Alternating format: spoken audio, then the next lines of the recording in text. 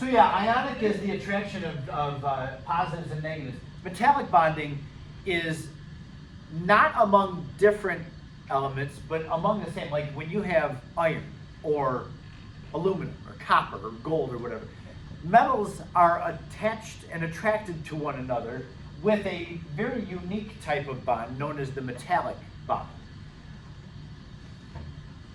We'll talk about metallic bonding at the end of our class today, and we'll be able to see similarities and differences between that and ionic bonding. And then a kind of a standalone type of bond is the covalent bond. Covalent bonding is the sharing of electrons, the overlapping of orbitals, so that atoms can experience that full outer energy level without having one losing and one gaining electrons. They wind up sharing electrons. So covalent bonding only happens among nonmetals. Occasionally you can have a metal involved in a covalent bond, and we may see some examples of that. But in general, covalent bonding is just nonmetals. Atoms that don't want, among nonmetals tend to gain electrons. So if you have all these, this sample of all nonmetal atoms, none of them are willing to give off electrons. They all want to take electrons. Well, if they all want to take electrons and none of them want to give off electrons, then what they wind up doing is just hanging on to their own and sharing their unpaired electrons with one another. So off we go now. Let's take a look at ionic compounds. Ionic compounds, of course, you need ions to produce an ionic compound. So there's positive and negative. Just before we took off for spring break, I was talking about what happens to the sizes of ions. When you have a positive ion, the atom loses electrons, the size decreases.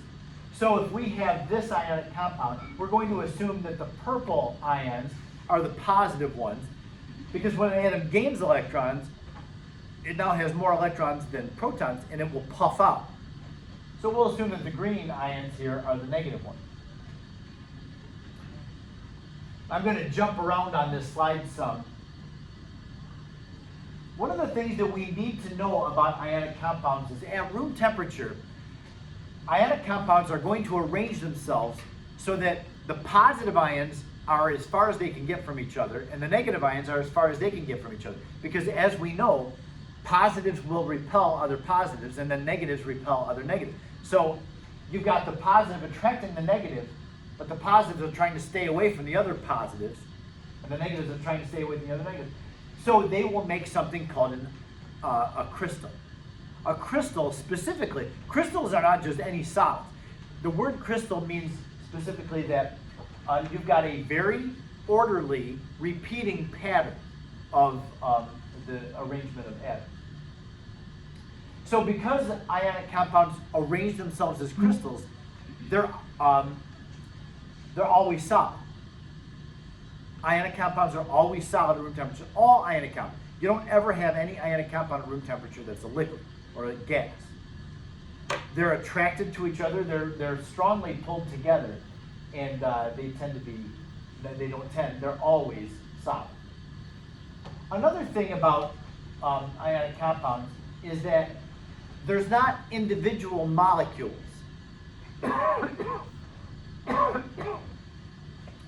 The particles in an ionic compound, you can see that all the positives here are surrounded by negatives, and all the negatives are surrounded by positives. In contrast, like a water molecule has covalent bonding. You've got an oxygen that is directly covalently bonded to two hydrogens, and that is an individual entity. Every molecule is an entity. When you have ionic compounds, they really are not molecules. Now, sometimes I will refer to them as molecules. Like if this is NaCl, sodium chloride, the Na would be the purple, the Cl would be the green. If you just take any sodium ion, let's take that one right there, I'm just randomly choosing one. Which chloride ion would be its chloride ion? Well, none of them. Every one of these Cl's around it, including the one that would be to the right and to the left, up, down, front, back, they all are kind of around it. So you don't have individual molecules here when you have an ionic compound. And no ionic compound has individual molecules. I guess what you would call the fundamental unit of it, you'd call it a formula unit. But there's no specific molecules. There's no individual molecules. Now, one of the things that I have left out is this term right here. And this is something that I definitely want to leave you with today. The attraction. There is a word, or not a word, a term that's used for the specific type of attraction when you have positives and negatives and the attraction of oppositely charged things in science, and especially in this curriculum. The writers of the AP exam love for you to use the term Coulombic attraction. I want you to get that into your brain. The attraction between positive and negative that makes up ionic compounds is known as Coulombic attraction. If you have any question on a free response item that refers to the attraction of charged things, use this expression. This is what they're looking for. You're going to see when I open up, and it's going to be sometime this week, I'm going to open up AP Classroom for you to start studying in there with. They will use this expression a lot, and I want you to start using it too. So yeah, any question about attraction of charges, use the term Coulombic attraction to describe it. That's what they're looking for. So that's ionic compounds. Always solid, no specific molecules, and the particles are held together with Coulombic attraction. The amount of energy, the bond energy involved with, yes, Mo? Kind of unrelated, but we have our final exam on Friday, about 3 weeks from now. Will the final exam only cover things we've done this semester, or like? No, it's the whole year. It's everything from the entire curriculum. Okay. Okay. Yep. So in studying for the review quizzes, you'll be studying for the exam too. Okay. Okay. Wait, it could be similar to like the midterm, or we're gonna get like the questions. No, the exam itself is a blind exam. You're not going to have questions in advance. It's basically Yes, it's like the AP exam, yeah. And that's why we do it before the exam to prepare you, to help to prepare you for the exam. What's that? Like what percentage of it? 20%. 20% of your grade. Yep, yep. So it's a big one. And it's not a full exam period, it's just a class period. 55 minutes or whatever, so, yeah. Okay, so the bond energy involved with ionic compounds is known as lattice energy. The word lattice just means a regular repeating pattern. You may actually have seen lattices in your life. If you are into gardening, some people are. Personally, I like looking at gardens. I don't like planting gardens and maintaining them. So I appreciate them, but I don't want my own. If you go into a garden store, like Bordines or Home Depot or whatever, you go into the garden area, and you ask for lattices, you'll see, and you've seen these before if you've ever noticed at gardens, you can get, hi Tanya, are you staying? Yeah. Oh, you just throw that out, it's fine, thanks. You can get something called a lattice in a garden area, and a lattice looks like this. You put this in your garden, you kind of stake it into the ground, and then you put viney plants into the ground around your lattice, and the viney plant grows like up into the lattice. And when it starts to flower, it's very nice looking. It's a great addition to a flower garden. And this thing is called a lattice. And you notice that it's a very orderly kind of a shape. I mentioned all that. That was a complete tangent. But just the word lattice it means that. And you can kind of see that that has a similar idea as what we have here. Very regular, orderly, repeating pattern. So the bond energy within ionic compounds is known as the lattice energy. It's the energy that is given off as ions come together and produce a crystal lattice. So lattice doesn't necessarily mean this shape, it just means a regular repeating shape. So there's no calculations. This entire final unit, you don't have to calculate anything. So I'm giving you a mathematical formula here. You don't have to calculate with it. Nowhere will it ask you, hey, calculate the lattice energy of sodium chloride or any ionic compound. You don't have to. However, you need to understand this mathematical equation qualitatively. Oh, Tanya, pull yourself together.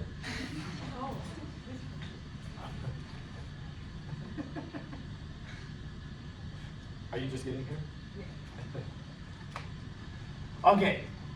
So here's the delta H. This is the bond energy. Now we've talked about bond energy already this year for covalent bonds. Remember there was a table. In fact, that table was in chapter 8. We were doing chapter 6 at the time, and one of our reading quizzes I said, hey, look at that chapter 8 table, and there's a short little reading. You'll be reminded of the covalent bond energy table. But this is for ionic compounds. And so the lattice energy would be K, some constant, times Q1 times Q2. Now the numerator here, Q1 times Q2, those are the ionic charge. Like for sodium, Q would be positive 1. For chloride, Q would be negative 1. For oxide, O negative 2, Q would be negative 2. So Q is just the ion charges, the positive charge and the negative charge. And then R represents the distance between the two nuclei. So the bigger the ions are, the bigger the R value, which is in the denominator. So those variables are defined up here. And so what we find is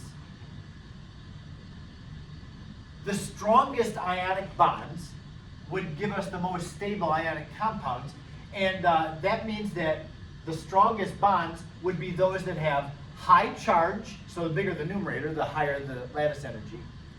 And if we want a big lattice energy, we would need a small denominator here. So the most strong ionic bonds have high charges and small sizes. Ions are the smaller in size. The smaller they are in size, the more they tuck together and hold together better. Now, I have this comment down at the very bottom. It says charge trumps size. The word trump, I'm not talking about a person, trump. I'm talking about, trump is a term that we use when we play cards. A trump is like a wild card. So what this is saying is charge is more profound or more significant than the sizes. So the numerator is going to have more of an impact than the size that the ions are. If you have like conflicting trends there, the charge is going to be more important. So we don't need to do any calculation with this, but we will need to be able to compare ionic compounds. And so I have, let's see, take a look at these questions. This, I just took a picture of one of the pages in chapter 8's exercises. At the beginning, we have things that we've learned already before, like electron configurations of ions. We had talked about that in chapter 7. The word isoelectronic just means the same electron configuration. Arrange these in terms of their size, like it says from biggest to smallest.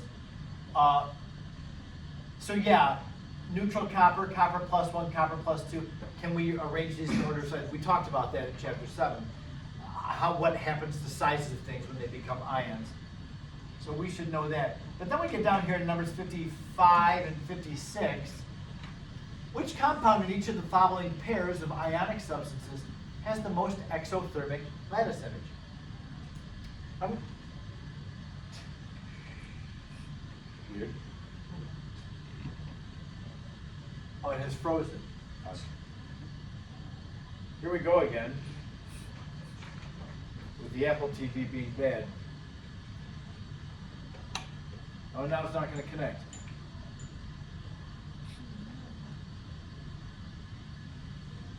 Nuts. I'll just go over this on the board.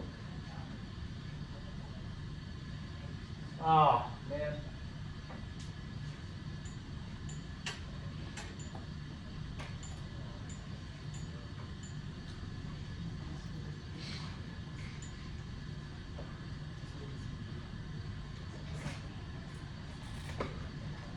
Okay, so our delta H, this again is the bond energy, is equal to some constant times the charges multiplied together over the distance between the nuclei. So the first one, we're comparing sodium chloride to potassium chloride. Okay, so the question was, which of these has a more exothermic lattice energy? Now, we've talked before about the fact that when bonds form, energy is always given off. When bonds break, energy has to be put in to break bonds. That was one of the fundamentals of chapter 6 that we talked about. So when these bonds form, when the sodium bonds to chloride and when potassium bonds to chloride, which one gives off more energy? And the amount of energy is determined by this relationship. So sodium chloride, the numerator here is +1 times -1 because sodium and chloride are both +1, -1. Potassium chloride is +1 and -1. So the numerator for both these compounds is the same. They're both +1 times -1. However, the denominator here, this R term, is not the same. Which is bigger, sodium ion or potassium ion? Potassium ion would be bigger, yeah, because it's got one more layer of electrons on it. It's got one more energy level. So remember, that lattice energy is more exothermic when you have high charges for a big numerator and small sizes for a small denominator. The smaller sizes, because the charges are the same, the smaller sizes belong to the sodium chloride, so that's going to be a more exothermic lattice energy. That means that the sodium to chloride bond is stronger than the potassium to chloride bond. So this is a stronger bond.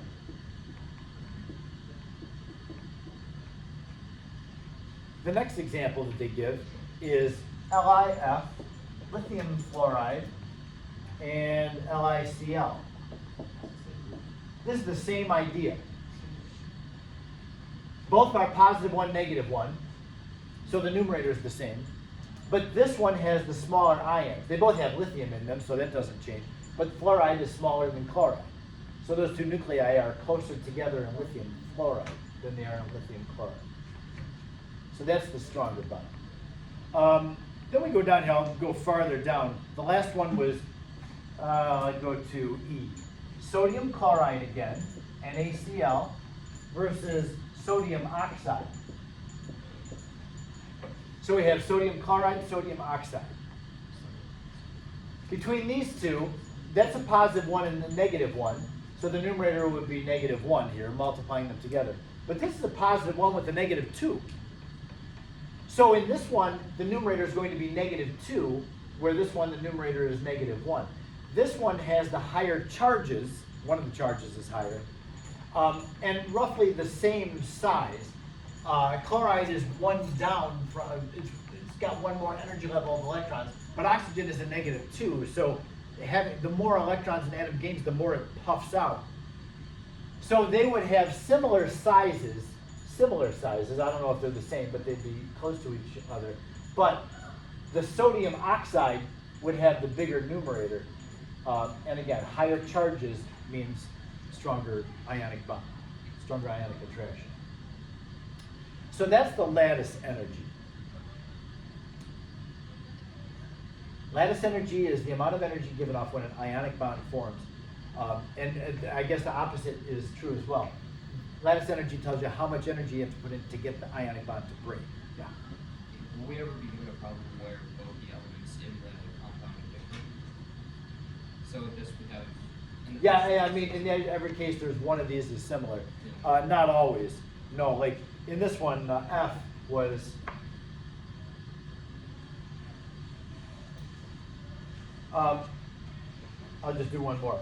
Magnesium oxide with barium sulfide. Which one of these is going to be more exothermic?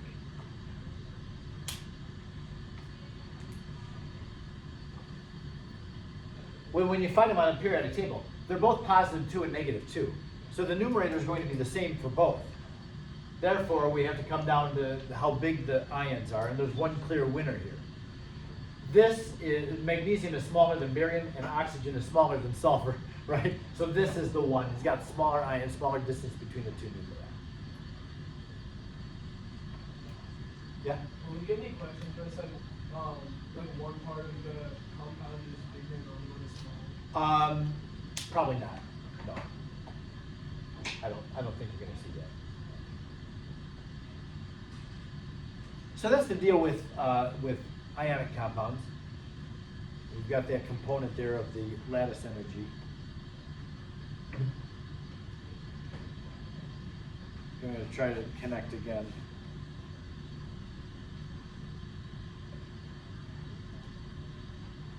Okay. Well, we'll see if we hang on now.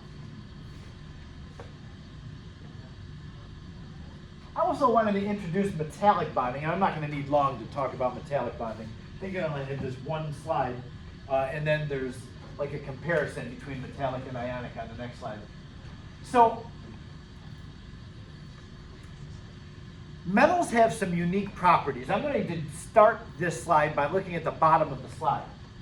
Metals are able to conduct electricity. They're able to be reshaped.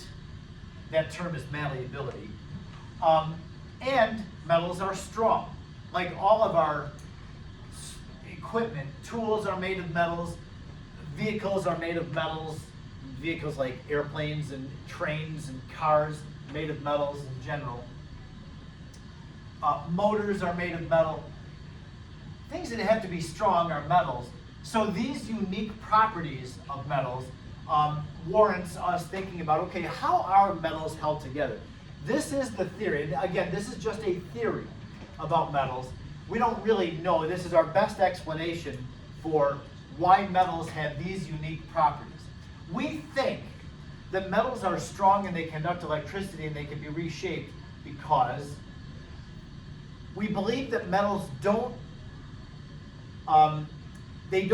hold on to their outer electrons. And when I say hold on, yes, metals will have outer electrons, but we find them to be what we call delocalized. Delocalized means that the outer electrons of a metal atom don't just belong to the atom that they belong to. They kind of get shared by neighboring atoms as well. So we think that metals are made up of the nucleus and the inner electrons held to one another by their outer electrons. So the outer electrons, like the d electrons in most metals, are being shared among all metals. The term that's used to represent this theory is that you have the metal atoms in a sea of mobile electrons. You're going to hear that expression too. Again, when you start doing the AP classroom questions and you see what the AP exam writers are thinking, they're going to talk about these outer electrons in metals being like a sea of electrons. Those electrons can move around. And if you hit a metal, it's going to cause the electrons to be able to shift and move around to prevent these positive ions from getting too close to each other. I have a short video, it's like 3 minutes, that I want to show you. It's a little bit corny, but and there's some mistakes in it. I give it about a B for its quality. It's not A quality, it's definitely not A+, but it's good. It's not great, but good. Here's a comparison between ionic and metallic, and then we'll take a look at that video. Both ionic and ionic and metallic bonding, they make a crystal in which there's positives and negatives present. Those positive and negatives can't get too close to similar charged things, so they have to make crystal shapes. If you take a hammer and you try to hit an ionic compound with the hammer, where if you hit a metal, the metal can bend and reshape. An ionic compound, you're going to get the negatives too close to other negatives. If you try to bend a metal or pound it with a hammer, then you're going to bring the similar charges close to each other. The ionic compound can't handle that, and it'll break. So ionic compounds break when you hit them with hammers or try to bend them. Metals will not break in general, they'll reshape. So take a look at this short video. Again, it's a little bit corny because they like play piano music in the background to give you kind of an ambiance. But I think it's decent. It's worth playing. As you know, I don't show very many chemistry videos.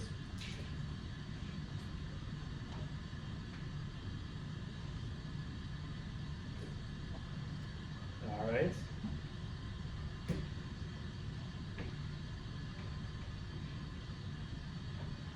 And, oh,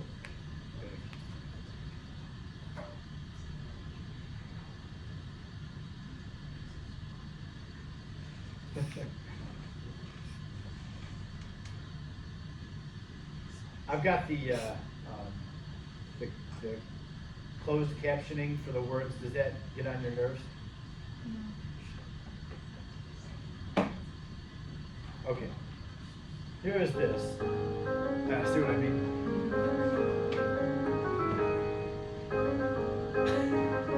Metals are shiny, malleable, ductile, and good conductors of heat and electricity.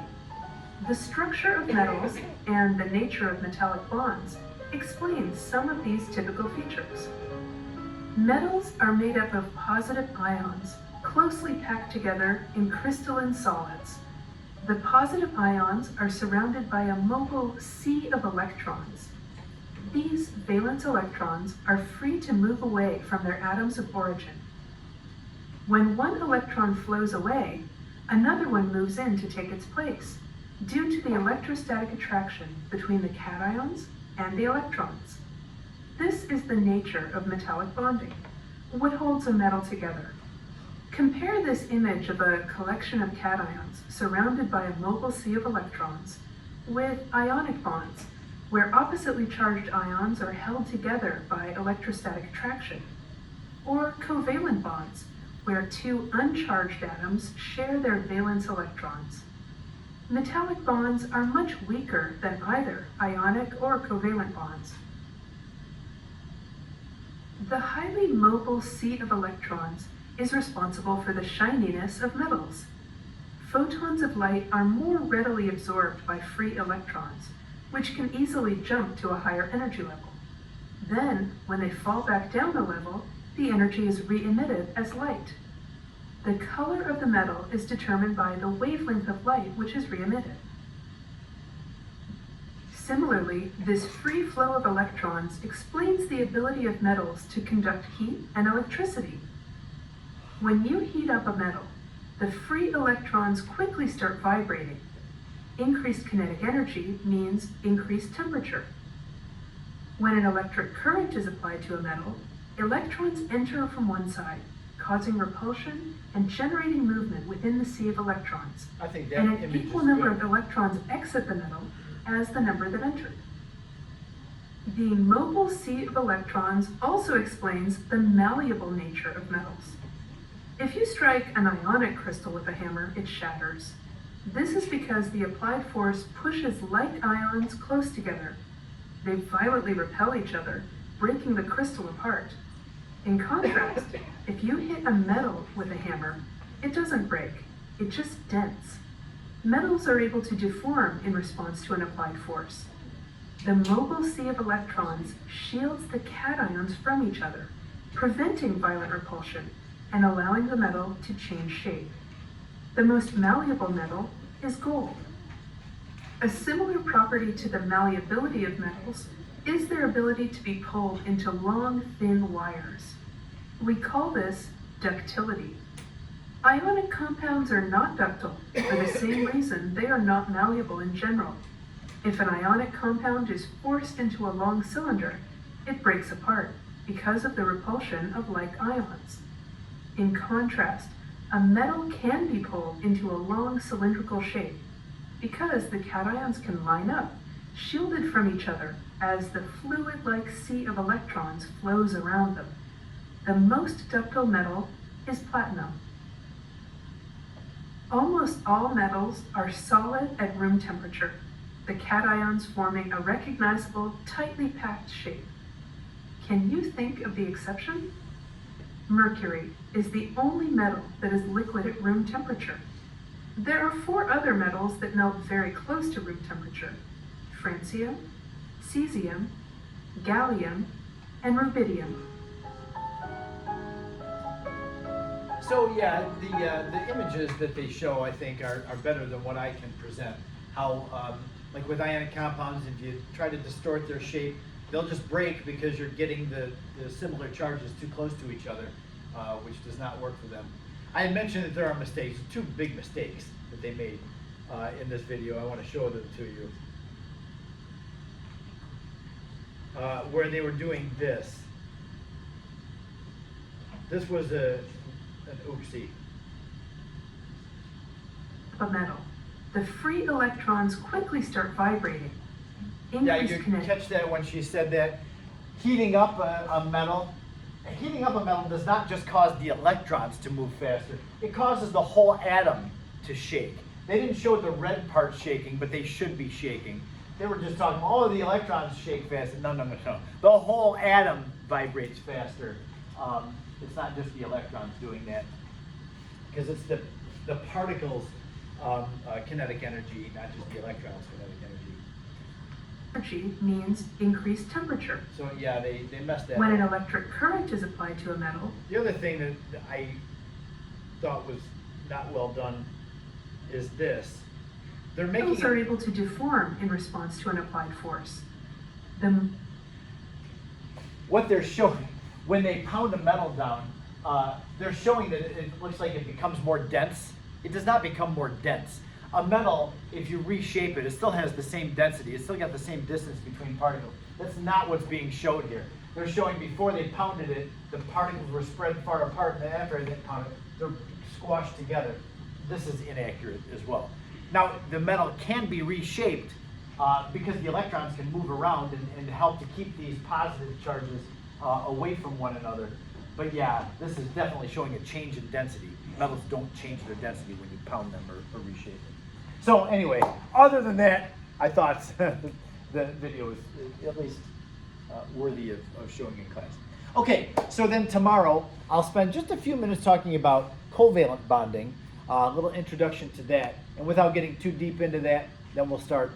We'll pause for taking a look at the practice test for the chapters 7 and 18 test.